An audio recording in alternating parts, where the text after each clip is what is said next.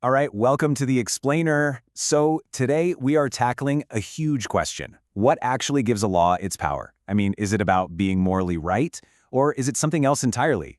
We're going to unpack this centuries-long debate that, believe me, shapes every single legal system on the planet.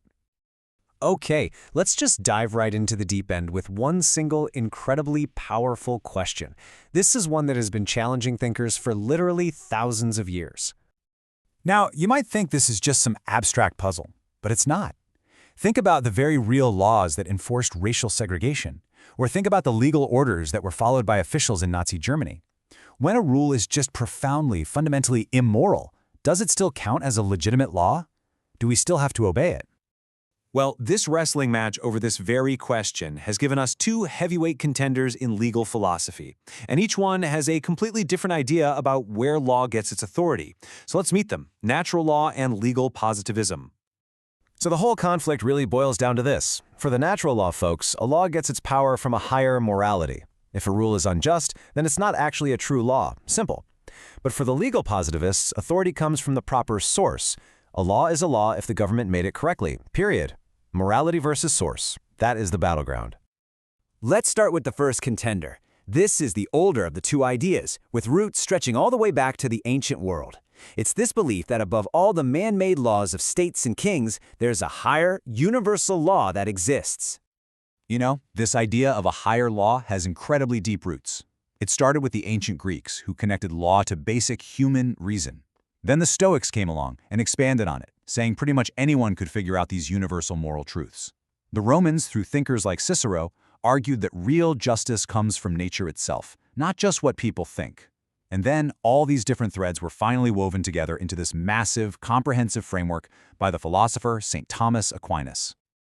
So the absolute crucial point for every single natural law thinker is something called the overlap thesis. It's this core belief that you simply cannot draw a clean, neat line separating the world of law from the world of morality. By their very definition, they are completely tangled up together. And nobody, I mean nobody, put this more powerfully than Aquinas. For him, if a law made by humans goes against those fundamental principles of morality, what he called eternal and natural law, it just loses its very claim to be a law at all. It becomes a twisted, broken version of what a law is supposed to be, a perversion. Okay, so what are these fundamental moral principles? Well, Aquinas argued that if we just use our reason, we can see that all human beings are naturally wired to pursue certain basic goods. Things like preserving your own life, seeking out knowledge, and living in a community with other people. So in his view, a just law is any law that helps society achieve these universal goals. But, things change. As the Enlightenment started to dawn, this whole new school of thought pops up. It was one that wanted to kind of sweep away all this talk about morality and divine plans. This was the positivist response. It was an attempt to make the study of law more objective and, well, more scientific. And right at the core of legal positivism is what's called the separability thesis. And yeah, it's the exact opposite of what we just talked about.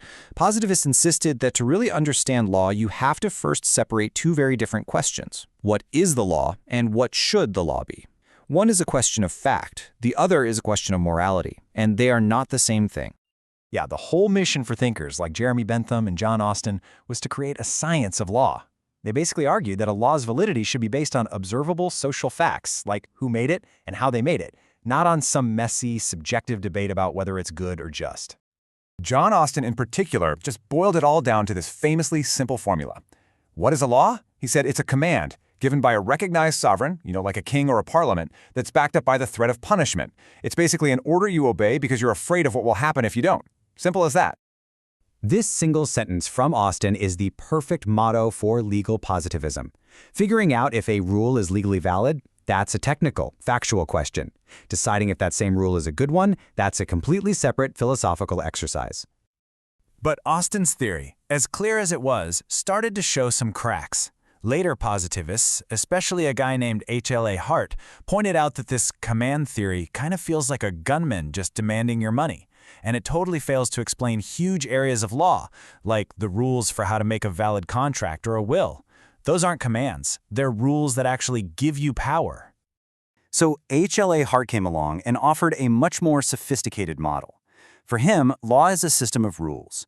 You've got your primary rules, which tell us what to do, like criminal laws. But more importantly, you've got secondary rules, which are rules about the rules. And the master key to the whole thing is what he called the rule of recognition, this ultimate social rule that officials in a system use to agree on what actually counts as a valid law in the first place. Okay, so we've got these two powerful opposing theories. One says law is tied to morality, the other says it's tied to power and procedure. So what happens when these ideas crash head-on into each other out in the real world? Believe me, this debate is not just theoretical. It stages direct confrontations in the real world. Take the infamous Dred Scott case. You can see it play out perfectly. Chief Justice Taney made a classic positivist argument. Based on the facts of history and the text of the Constitution, he concluded Black Americans were not citizens. But in response, Abraham Lincoln didn't just argue legal details. He appealed to a higher law, the moral principles of the Declaration of Independence. It's a perfect snapshot of the two theories going head-to-head. But here's where it gets even more fascinating. The lines between these two theories are not as sharp as they might first seem. Even H.L.A. Hart, the great positivist, had to admit that for any society to even survive, its legal system has to have some basic content that looks a lot like natural law. You know, rules protecting people from violence, respecting property. He saw this as a practical necessity, not a moral one, but it's still a pretty big admission. And then from the other side, philosophers like Ronald Dworkin came along and challenged positivism by just looking at what judges actually do. In really tough cases, where the written rules aren't clear, Dworkin argued that judges don't just flip a coin. They appeal to these underlying moral principles, like no one should profit from their own wrongdoing, and they treat them as if they're already part of the law. So why should you care about this centuries-old philosophical argument? Because it is not just history.